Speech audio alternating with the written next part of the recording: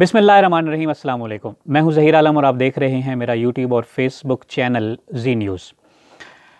ناظرین، آج ہم آپ کو وہ فوجی عدالتوں میں ہونے والے جو کیسوں کی سماعت ہے اس کے بارے میں آپ کو آگاہ کریں گے۔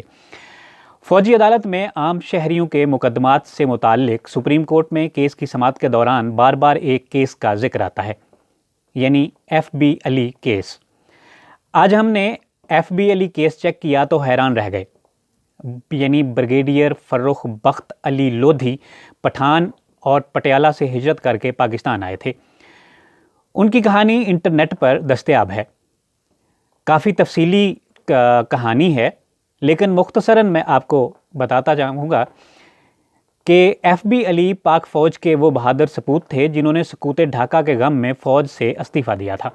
مشرقی پاکستان میں شکست کو فوجی قیادت کی ناکامی قرار دیتے ہوئے اس امید پر استعفیٰ دیا کہ باقی فوجی قیادت بھی مستعفی ہونے والی ہے، لیکن رات کو پتہ چلا کہ جنرل یحییٰ خان تو نئے آئین بنانے کی باتیں کر رہے ہیں اور استعفیٰ یا شرمندگی کے کوئی آثار نہیں۔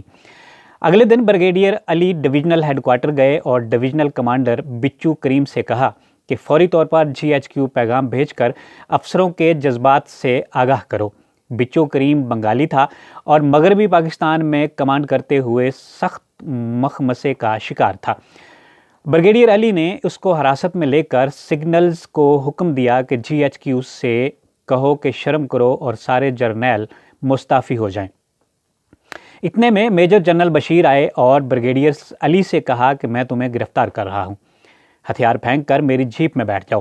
لیکن بریگیڈیئر علی نے کہا کہ نو سر، یہ نہیں ہو سکتا۔ یہ صرف اور صرف بریگیڈیئر ایف بی علی تھے جنہوں نے بعد میں جنرل یحییٰ خان کو مستعفی ہونے پر مجبور کیا، اور یہ تو صرف کہانی کی شروعات ہیں۔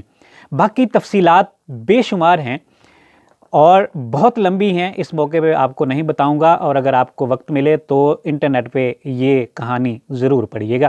لیکن اس تمام عمل کی بنیاد پر بریگیڈیئر صاحب کو بعد میں ذوالفقار علی بھٹو کے خلاف بغاوت کے الزام میں گرفتار کر لیا گیا۔ کورٹ مارشل کی سربراہی میجر جنرل ضیاء الحق نے کی۔ بھٹو نے کافی زور لگایا کہ بریگیڈیئر علی کو سزائے موت ہو جائے، لیکن جنرل ضیاء نے صرف عمر قید کی سزا سنائی۔ حکومت نے سزا میں اضافہ یعنی سزائے موت کے لیے اپیل کی، لیکن جب وہ مسترد ہوئی تو قانون میں ترمیم کر کے عمر قید کی سزا کو 14 سال سے بڑھا کر پوری زندگی کر دی گئی۔ بعد میں جب ضیاء الحق نے ماشاء اللہ لگایا تو ایف بی علی کو معاف کر کے رہا کر دیا گیا۔ بریگیڈیئر علی کینیڈا چلے گئے، وہاں کی ڈیزاسٹر مینجمنٹ انہی کے ہاتھوں بنی۔ وہ ایک قابل ترین اور دانشور سپاہی تھے۔ GHQ میں افسروں کے درمیان مضمون نویسی کا مقابلہ ہوتا تھا۔ سالہ سال تک بریگیڈیئر علی اس میں فاتح قرار پاتے رہے۔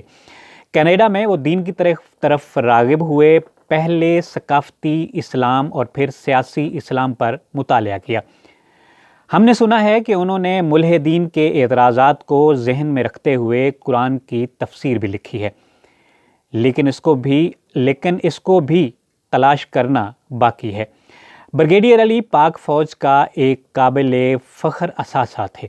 انہوں نے سقوط مشرقی پاکستان پر سٹینڈ لے کر بہادری کی جو مثال قائم کی، اس پر تو انہیں بعد از مرگ کوئی بڑا اعزاز دیا جانا چاہیے تھا۔